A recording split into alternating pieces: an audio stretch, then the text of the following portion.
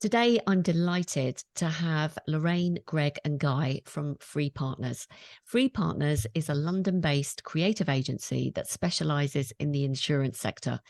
They've been creating outstanding brands and standout campaigns for ambitious insurance businesses in the UK and the US for over 10 years. Lorraine, Guy, and Greg are the partners at Free. Lorraine Jeckells is managing partner. As well as running the business, she leads the account management team and takes care of the client experience. So I'm really looking forward to diving into some questions for Lorraine. Greg is the brand director, coming from a copy background. He looks after the strategy piece, focusing on positioning, value propositions, and messaging. So it's going to be really interesting to dive into what Greg does and how he interacts with the account management team. And finally, Guy Cornet is creative director. He's responsible for establishing the creative vision. He oversees the entire creative process from ideas to execution through every touch point. So Guy, Greg, and Lorraine, a big warm welcome to you. Thanks for having us. Thanks, Jenny. Lovely to be here. Thank you for coming. So what we're going to do, I've got some questions that I want to dive into, but obviously I would like to open the floor to everyone. You know, I'll direct it at one person, but please dive in. So Lorraine, let's start with you. Just in terms of positioning, I'd love to ask you, has Free Partners always focused on the insurance sector? And what are the benefits, both to the business, the team, and the clients, of being so narrowly focused and positioned?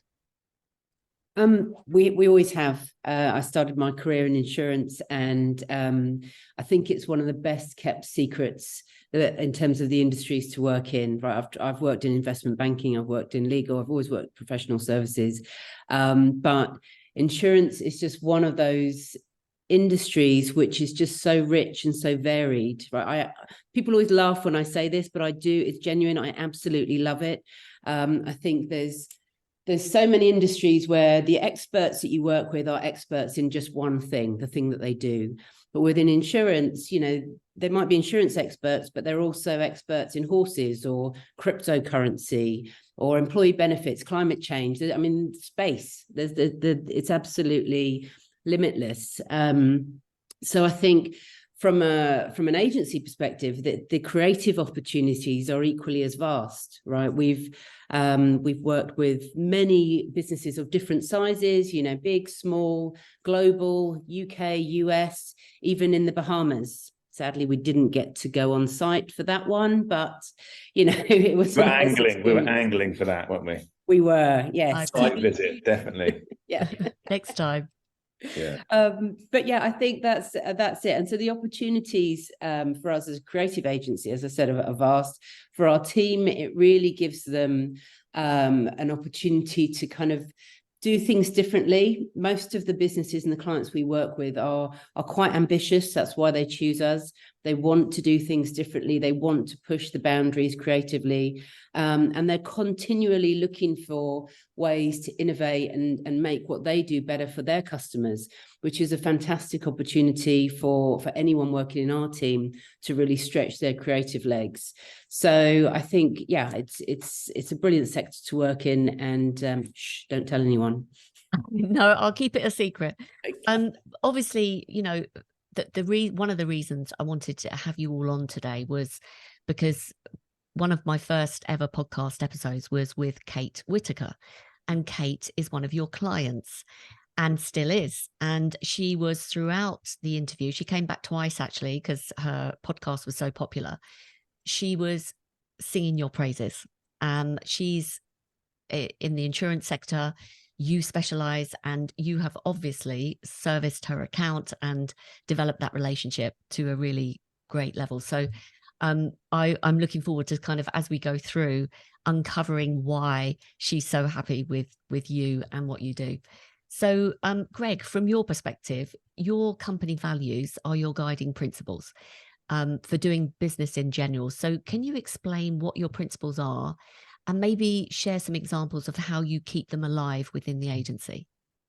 Yeah, sure. So, I mean, you know, when you come up with principles or values or whatever, they do sort of mark out an ideal way of working. It's a sort of a recipe for success. It's how you see the world and how you move through it in a consistent way. And for us, there's a few principles at stake here. So the first one is empowerment. So we believe that everybody should be able to take things, whatever those things are, to the next level. So whether that's from a career perspective or whether that's from a business or brand perspective, there's always somewhere, excuse me, I'm gonna, right. Well, thank you, Jenny. So one of our our founding principle really is about empowerment. And so we believe that everybody should be able to take things to the next level, whether that's from a career perspective, personal career perspective, either internally with our team or with our clients, or with the businesses and brands that we work with. There's always some next level to achieve. And we believe that people should have the power to take that next step. So that's sort of a start point, if you like. And then obviously there's always something going to stop you from taking that next step. There's always a problem, right? There's always a challenge. And there's a challenge that you perceive externally. And then there's also a challenge that you perceive internally where it's about how you feel about the challenge. So it might be that it's a simple next step, but you might not feel ready to take it. So the next principle we have is called advancement through insight. So that's really about understanding what is going to unlock that next step for you as an individual or as a brand. What is that next step to take? And that really just comes down to really understanding what the barriers are, what the pains are, what the priorities are of the individual, either, as I say, a team member or a client or a brand. And really trying to get to understand the behaviors around that. So it really is sort of behavioral based and just trying to get under the skin of what would make that next step more possible, easier to do. So that's the second part. So, you've got the empowerment, belief that it should happen. Then there's the unlocking of what that is. And then the final step is to be that rewarding partner in helping you take that step. So rewarding partnership is the third bit. And that's really about how we interact with each other. It's about how we're there for each other. And it's very much about making the other person the hero in the equation, right? So as a business, it's not like creative is the hero, or that insightful strategy is the hero, or that brilliant piece of marketing is the hero. It's always the client's the hero, or it's one of our team members is the hero, and it's how we can be their best partner in helping them move that forward. And so that's our goal is to be the best people to work with. We want the people in our business and outside our business for their interactions with us to be the best that they've had, really. And so that's really what it is. And in time, over time, if you try and keep those things in place, that is how people start to talk about us. Our clients see us as partners, and that's been a goal of ours for years and years. And you do see it starting to change, and that's how people talk about us now. And Greg, I mean, obviously that's brought to life through your relationship with Kate, because she was so positive, and she really did say that she didn't want to go anywhere else. So that's always, and that was recorded 2 years ago, and she still hasn't gone anywhere else. So whatever you're doing it well. So in terms of bringing those values to life, can you give me an example? Like you mentioned rewarding partnership, whether that's rewarding staff members or rewarding clients. How do you bring that element to life, for example?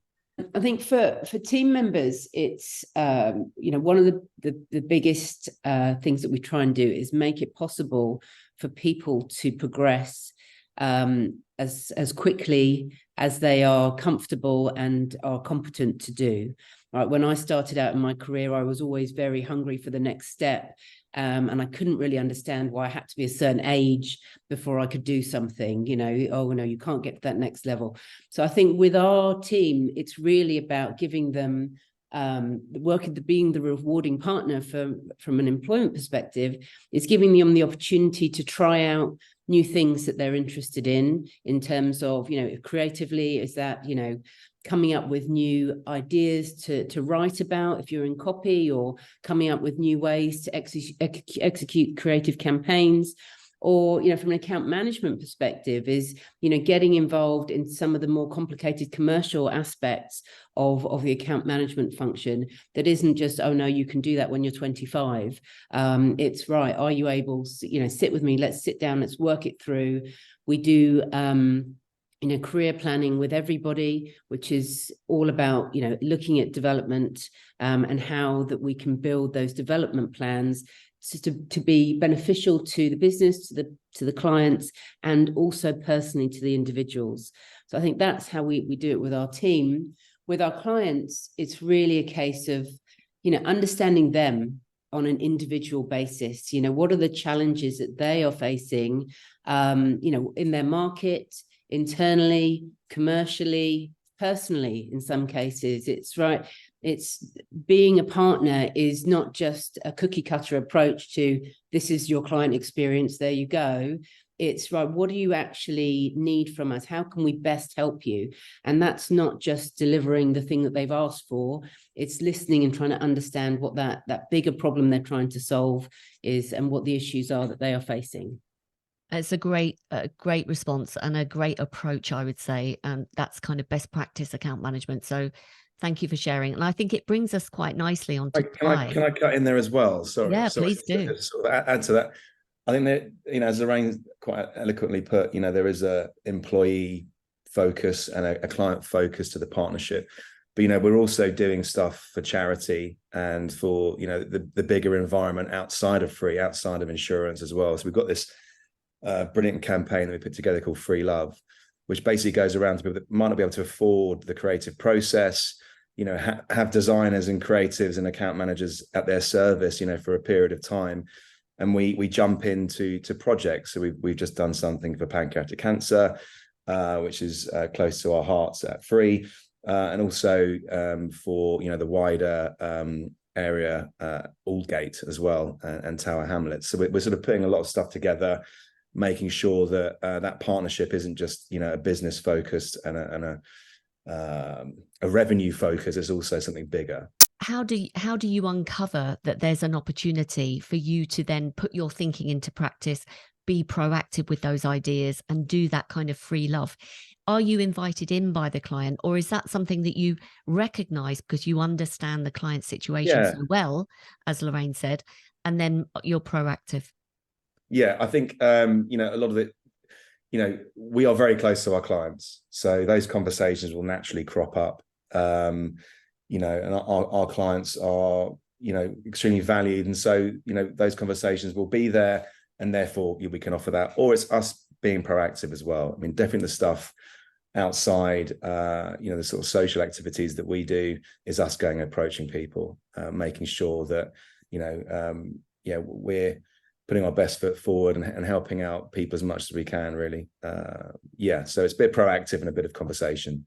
And I think that's also a great reminder for people listening. Maybe the agency leadership team is listening, like you guys, and thinking, well, how could we be a bit more proactive, or how could we get closer to what's going on in our client companies so that we can recognize those opportunities where we can bring something relevant? Because there's no point in presenting loads of ideas that might sound good on paper but are not actually fulfilling the client need. Guy, let's come to you and let's talk about the creative process. So from a creative perspective, do you find that your insurance clients embrace the brand building side and the creative process, or do you think there's a difference? You know, have you seen a difference, you know, in maybe working in other areas of business where there's a difference between B2B and B2C? Like, talk to me about the insurance market in general. Yeah, so I think I'll be quite biased, but I think our clients love us. They love the experience. You know, I think we come across as their sort of rebellious cousin. So in a state where there's a lot of people shaking hands in suits over tables, we can turn up from over the water, from the south side of the Thames, and give them something that's really enjoyable. We're hopefully the best part of their day, and something completely different. So there's a bit of a magic show that we need to put on. Obviously, it's a sales process as well. We need to bring them on board, and give them an experience that we feel they deserve. And we always, when we deliver our concepts or marketing, we always push. So they might ask for a brief, but we will always go back with more. If budget wasn't an issue, if time wasn't an issue, what can we deliver that gives them a really, really great experience for us, and shows them a dream state of their brand, where they could go, a future sort of process maybe, and that sort of shows we care, and we get it, and we get them. And it's bringing them on our journey as well, because they are the ones that are going to have to actually eventually wear the campaign or wear the brand, and so those key stages of that process we make sure they're brought along with it. So whether that's briefings or mood boards or messaging or identity development, whatever it might be, we make sure they're part of that process so they can enjoy every single section. I think they love it, and hopefully it sort of brightens up their day. It definitely does for us, and we love the sort of challenges that get thrown our way. And then going on to your question about B2B and B2C, is there a difference? I think you're selling a product, right? You're going to sell either you're selling trainers in FMCG, or you're selling insurance products, and people don't think, oh, it's B2B or B2C. You're selling a brand to a customer, you're selling that experience. And so, you need to win hearts and minds, and build great brand experiences, whatever the weather, whether you're in either or camp. And there's this guy called Brian Kramer who articulates it quite well. And he talks about the H2H movement, or the human to human movement. Everyone has a voice these days, that out of home experience of TV and billboards, where agencies will spoon feed consumers the messages that they think they might need to hear, but everything's changed now. So it's all a social environment. There's much more interactions. It's much more conversational, and brands are accountable now, and that they can win or fail just on a social media post. Everything's up for grabs. So it leads to that big sort of conversation and brand experiences much more freely, much more quicker. And so I feel like B2B, B2C is like an old filing technique for marketers.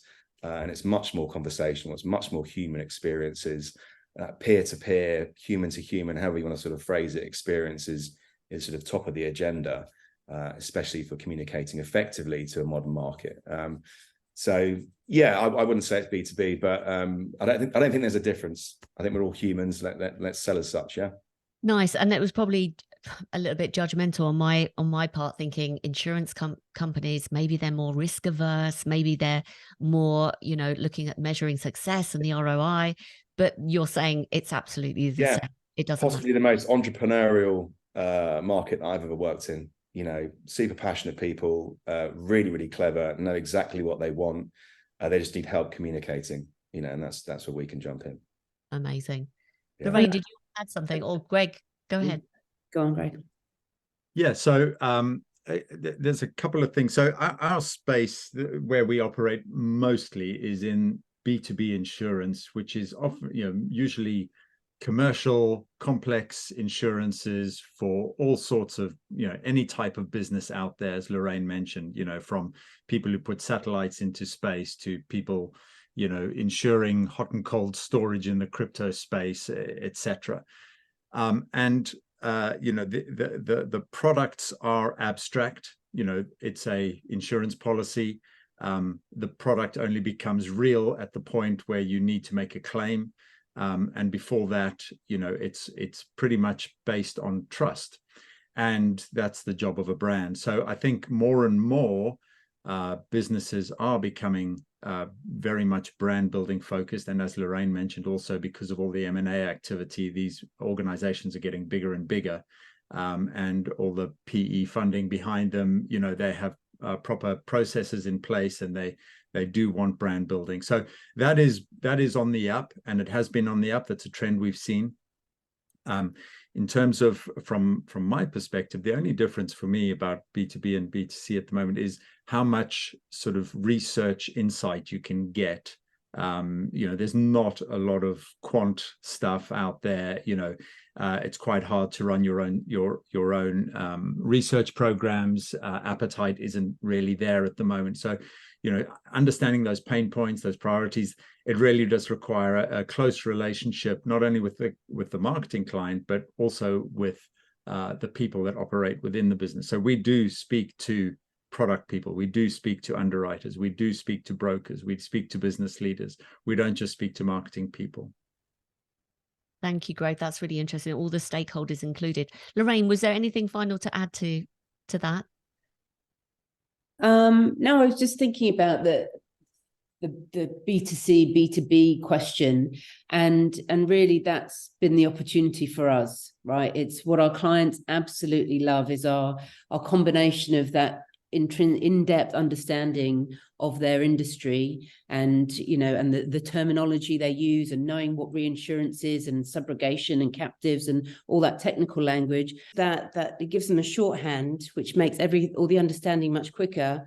But then if you overlay that with the extensive experience from B2C world that Greg and Guy have both brought, you get some amazing creativity and some really poignant messaging, and putting those things together will deliver the results, because they do still have to report on ROI and data analytics, and it's a really important part of the marketing that happens. But the creativity, that distinctiveness and that differentiation is something that I think you can only really achieve if you deeply understand the industry and the sector that you're working in, and have got that natural creative talent that these guys have brought and have finely tuned over the last couple of decades. Sorry, giving your ages. Yeah. Giving away the ages there, Lorraine. Well done. Ever since he was 4. Yeah. So I think for the account managers listening, I want to move on to another topic, which is how you work together. Okay, so there are probably agency owners, account managers listening, who maybe have a strategy department, a creative department, and an account management department. And for you guys, and Lorraine, let's start with you. What's your agency process for the three teams working together in as much harmony as possible?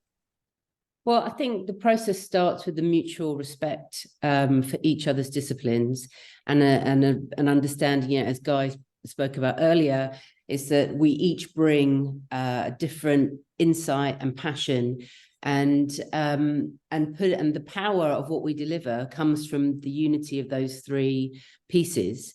And so our briefing process, it might start with the account team talking to the client, but there'll be a point when perhaps we bring in Greg or Guy or both of them, depending on what the brief is, so that they can get involved in that. And that, again, it kind of brings us closer to the client as well. We all kind of have that deep understanding of what the problem is we're trying to solve. Because, Guy always says this, as a creative agency, actually what we are is problem solvers. We are here to understand what's the problem, what's the goal, what are we trying to achieve, and how do we best work together to deliver that result. And when we say work together, it's not just the three of us, the client is involved in that as well. And I think that is the strength of what we do. So the process really starts with a strong briefing, and that's we write that together, and then it will go to whichever discipline, but we will always review the work together. And Greg, you've brought a lot of structure and discipline to this process, which has been really valuable. Do you want to talk a little bit about that? Yeah, so one of the things we like to do also in terms of advancement through insight and rewarding partnership is helping the young people in the business understand what we're trying to achieve and how to achieve it. And so brief writing is pretty much a fundamental skill that's needed.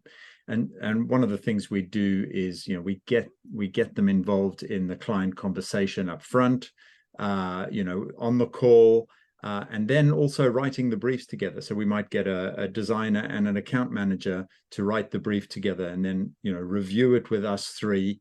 We'll help them move that brief on a little bit.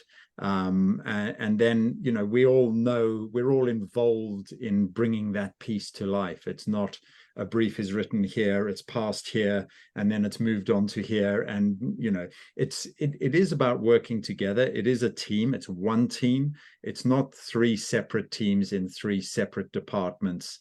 You know, the client is at the center, and we're all working for the client and on behalf of the client. So the client's got, you know, three perspectives, laser focused on the middle, which is the work. And so that's how we work together. And Greg, this is really brilliant, I think, because co-creation of the brief is such a strong position, because then you don't have to go around and do it all again. Having a client-centric approach is also really important. Typically, I mean, as you've evolved that process, where do you find that the initial holes are in the brief? If you initiate that process, perhaps, as you said, with the account manager and the designer, having a go at a draft, and then bringing it to you. Yeah. For you as a strategist, where do you find that those holes can typically appear? Typically it's audience. Typically it's audience understanding, not so much about, you know, who's it for, but what's going on for them. You know, where are they stuck? Why are they behaving the way they're behaving? What's the, you know, what are we going to, what do we need to offer them to help them move from state A to state B? You know, so, and I think what we've done is we've sort of broken the briefs up into the more tactical and the more strategic. And so as people are coming on board with, you know, writing briefs, you know, new people to the industry, we do tend to recruit a lot of grads. We think that our way of working is quite different, and so it's sometimes more difficult to bring in people who've, you know, had a number of years in typical agencies. So we tend to like to grow our own, in inverted commas. And so those early exposures to brief writing, we start them off on the tactical brief. So we've got a tactical brief template, which is more about, you know, what is this for? It's a more straightforward brief and connects them to previous work that's already been done. And then, you know, as we move up, as they move up through becoming, you know, midweight and senior, then we would expect them to be able to contribute more to those creative briefs. Interesting. I think that tactical brief as well is really important as well, because it outlines obviously the structure of what a brief is, but it's terminology, right? So there's loads of different ways to say the same thing differently. And also when you get into creative output and touch points and stuff like that, if you aren't specific with sizes, exactly what that video will be doing, you know, is it a TV ad? Is it a video? Is it a social post? If you don't have the vocabulary there to deliver that brief to someone else, you know, there will be issues. So I think it's a great learning point to understand and develop a vocabulary that everyone understands holistically, you know. And Guy, presumably you have two briefing templates, one tactical, one strategic. And, you know, as you've just tried, or you've just begun to describe the tactical version, the language is important, the terminology, the format. What else is important about the tactical brief versus the strategic brief? Can you just talk through the kind of the big differences? Yeah, so tacticals are more about quick deliveries, I suppose, things that have been done before. So it's a bit of there's some sort of copy and paste to it, but it's also, you know, thinking about the larger campaign. So what's been going on? What is this touch point? Why is it different from everything else? How does it link back, you know, up the sort of the chain, as it will, to the original sort of brief? So there's those sort of parts going on, and then the conceptual brief is more about a big idea. So whereas you're delivering a single touch point, maybe on the tactical stuff, you might be delivering a whole campaign on the you know, the more creative ones. So there's much more understanding, you know, insight, strategic stuff that goes into those. and then might be a whole raft of deliverables. It might be a mood board. So there's much more articulation, you know, at the sort of creative brief side, you know, real insight, not just into sort of a business objective, but actually the tone of it. You know, what are you trying to get across to that customer, and why, and what do you want them to feel? You know, tactical stuff is, let's just do something that's tactical. Let's do it. It needs to be done. Let's get it out and make it the best it can be. But then what do you want to make them feel? What's the experience? You know, it's much more open. And like you said, getting that really strong insight. And Greg, you mentioned earlier that one of the things that is always, or has been, a struggle is getting that audience understanding. So do you as a business carry out any original research into the audience, or does your client typically provide a lot of support and research about their customer? How do you make sure that those more strategic briefs that Guy's just explained are really, really strong? Yeah, there's sort of 3 different levels, or I would say, and it you know, we are not a research agency. You know, we you know, being a specialist also allows us to partner with other specialists, which is great. So we are I don't quite know exactly how to phrase this, but so I just cut that bit out. But so we are working with a voice of the customer specialist. We're just jointly won a piece of business together, which we will be starting on. So getting that voice of the customer is really important. And if you can get it with a proper research partner, that's great. Some of our clients have conducted their own research, and we'll go through that.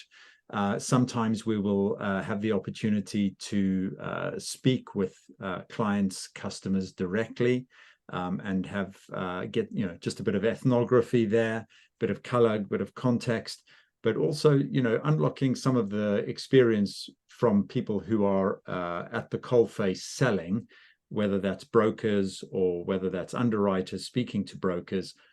You know, understanding of their audience is also pretty good. So, you know, we pull it together in whatever shape, and you know, whatever shape we can, and we always play it back so that we've captured what those pains and priorities are, and we're in agreement that those are the ones we're going to marry up with a value proposition statement. Very interesting. And Lorraine, I think it comes back to what you were saying.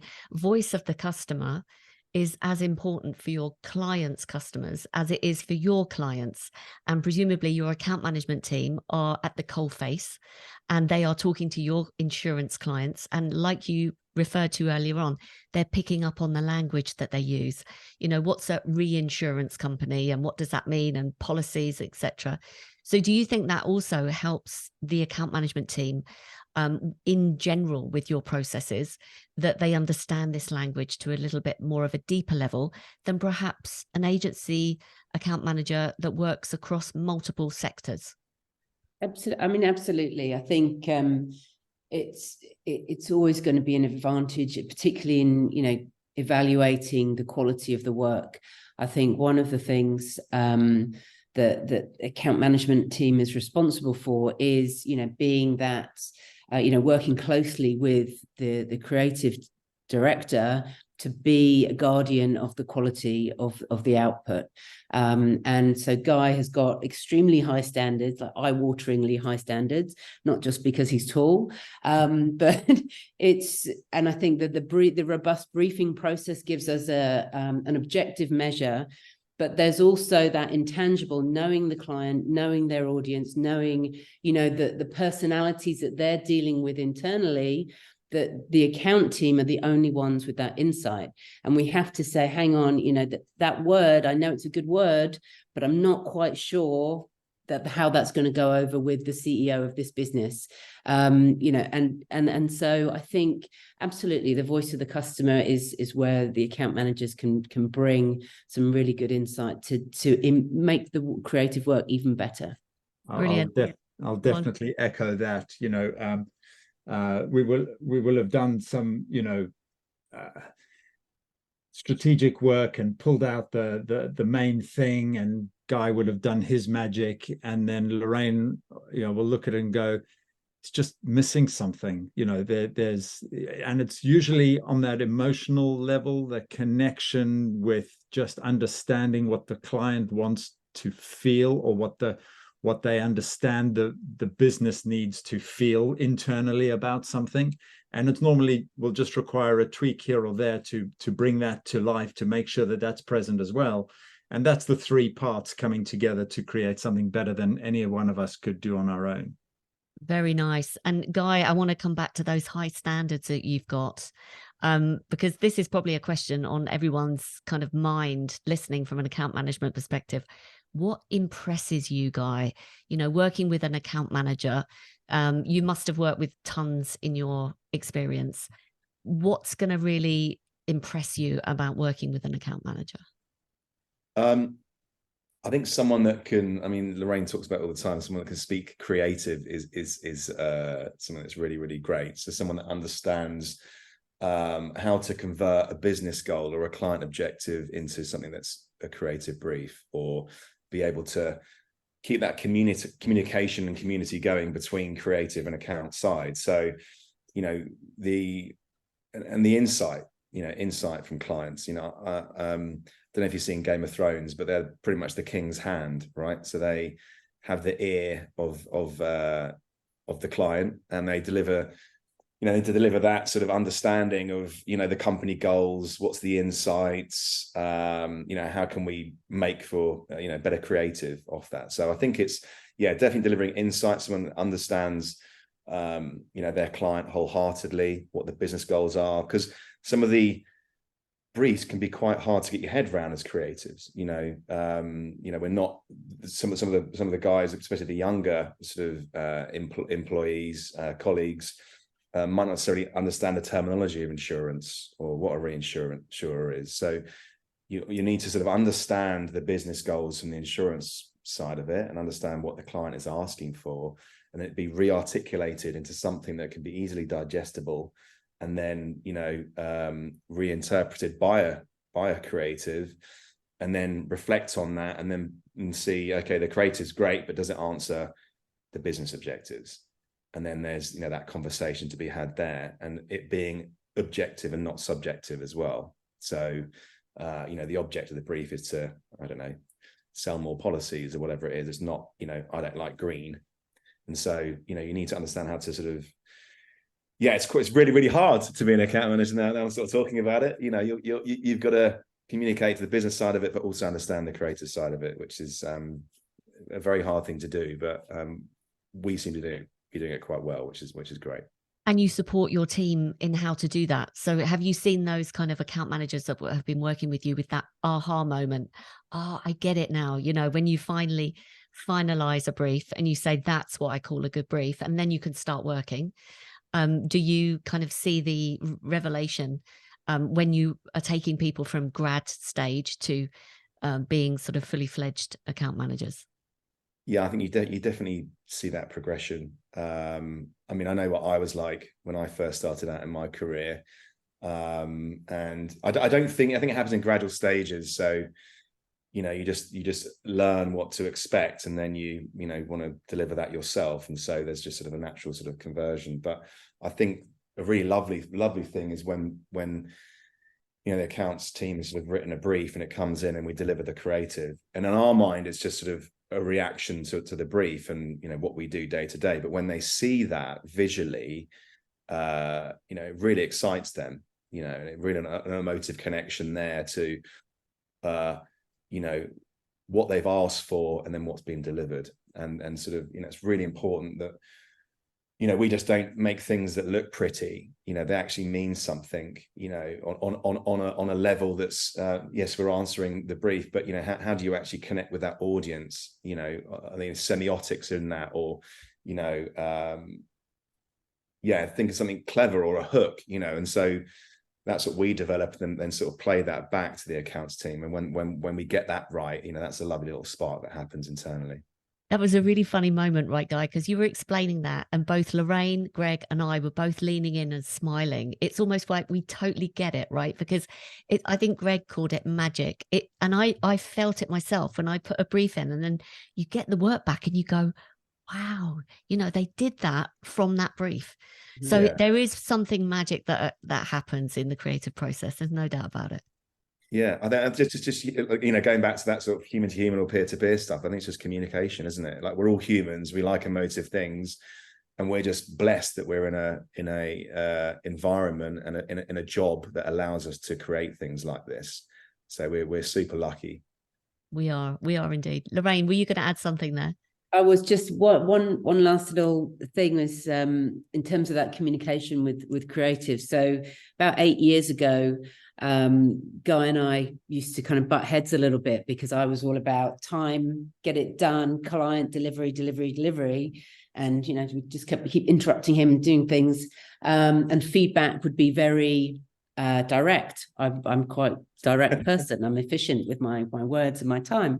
And then I read this fantastic book, and I was thinking, why doesn't he understand me? Why doesn't he? And he's thinking, why doesn't she understand me?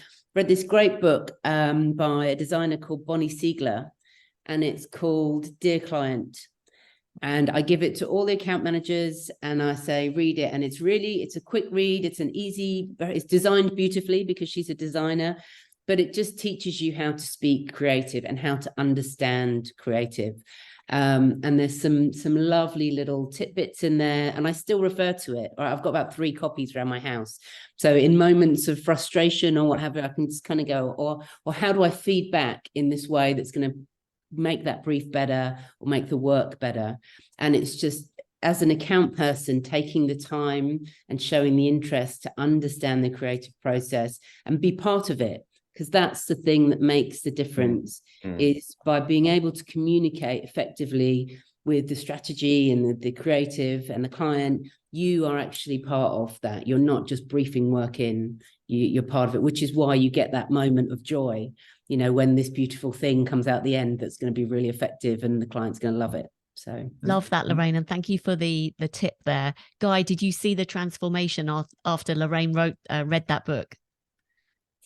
Did you notice the difference? Again, it was done in phases. No, I mean, look, Lorraine and I are pretty much the same person, but we're all Virgos, aren't we? So, we're all great people. It's a Libra. Greg's a Libra. Yeah. No, yeah, but he's a week not. later. It's an ongoing joke, but he's actually a Virgo. But yeah, I think there's, Lorraine and I are exactly the same sort of person. We both want the best, for our clients.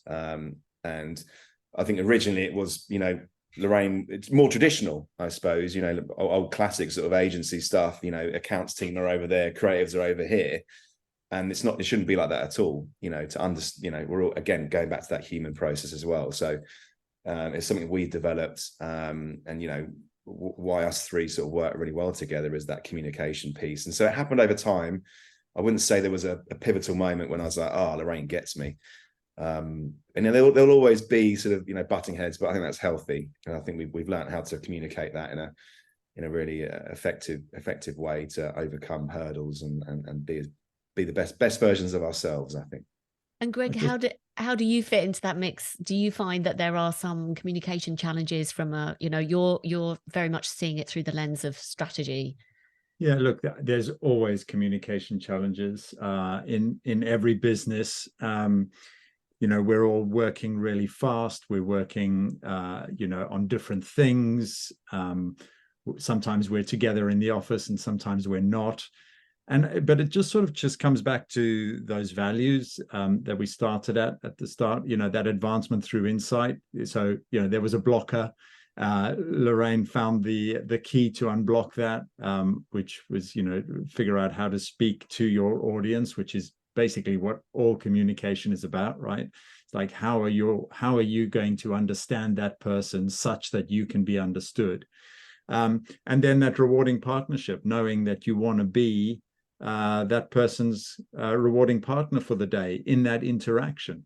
And so there's an element of generosity that's needed in communication, to be generous in your listening, in your thinking about the other person, in order to, you know, unblock that and empower us all to move forward. So I just see it as whenever there's some sort of blocker anywhere, just go back to those values, and they'll generally point you through to the other side.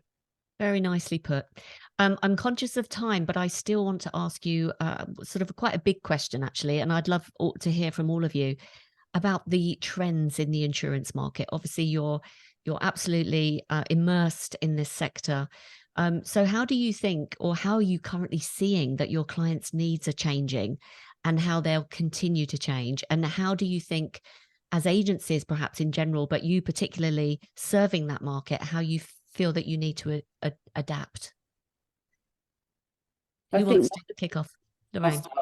One of the key trends that we're seeing is M&A activity, and this is, you know, some of our clients have been bought by the same the same business, and there's lots of consolidation going on, and people moving about, but it creates a brilliant opportunity, because at that point people are looking for how do they build a more meaningful brand?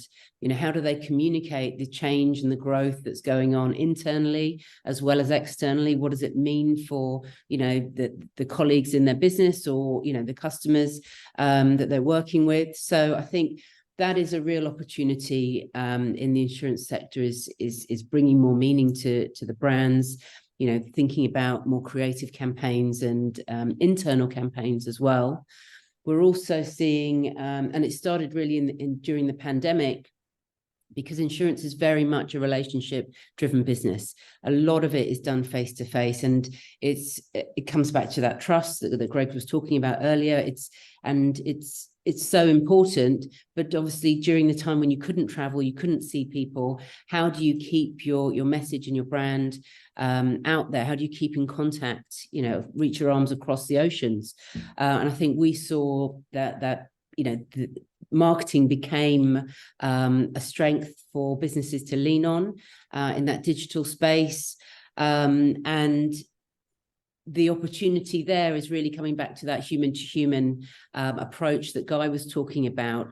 You know, Greg's a science guy and he'll tell you a bit more about it, but, you know, share of market, share of voice all comes from, you know, harnessing, you know, your differentiation and your distinctiveness. And that's really the opportunity in the digital space for marketing creative agencies like us. So Greg and Guy, talk about the future trends and what you're seeing, changes.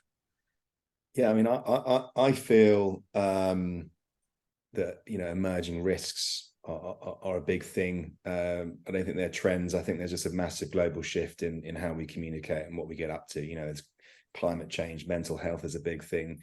You know, a lot of digital sort of solutions, especially in the insurtech sort of space. And so, you know, there's a never-ending sort of change in how we deliver those messages to market, you know, how we communicate that.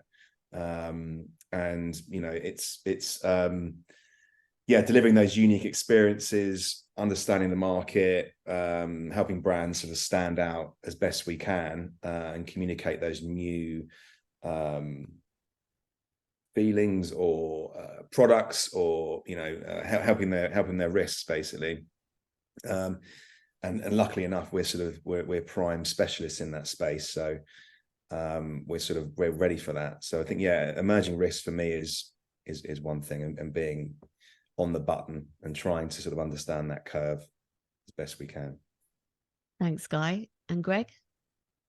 From my perspective, I think, you know, from a marketing perspective, marketing function perspective, I'd say, you know, in marketing within insurance is growing up rapidly. It used to be the case that marketing wasn't seen as sort of a highly professional function within insurance, in the insurance space, in a lot of businesses, not in all, obviously. But that trend of consolidation, M&A activity, and becoming more, as businesses trade more globally, that need for brand building, we're definitely seeing an uptick and the graph is only pointing up in that area. So marketing is becoming more sophisticated, expectations are becoming more sophisticated, and it allows us to do ever better work, which is, so, you know, it's all good from our perspective. Brilliant. Well, thank you all for sharing so much insight, so much value, so many tips for perhaps other agencies that are listening in, thinking maybe we need to specialize in a sector, because there's obviously clearly lots of benefits, and testament to the fact that Kate's been on singing your praises, that how strong a relationship you have with her. So thank you all for coming. I'm conscious of time. I'm going to wrap it up. But the final question, Lorraine, perhaps you can answer this one. If anyone's listening to this and they would like to talk to you further, who would you particularly like to hear from, and what's the best way of contacting you? So we are a growing business and pretty ambitious growth targets. So would love to hear from, you know, prospective clients and prospective colleagues, people who'd like to come and work with us, work closely with Guy and Greg on the creative and strategy side. I'm always looking for really good account managers or people who want to get into account management. So the best way to contact us is to email us. I'm Lorraine at freepartners.com, and Greg and Guy are Greg at freepartners.com and Guy at freepartners.com. So please Easy. get in touch. Easy. Easy peasy. Well, thank you all so much again. Thanks, Brilliant. Jenny. Thanks.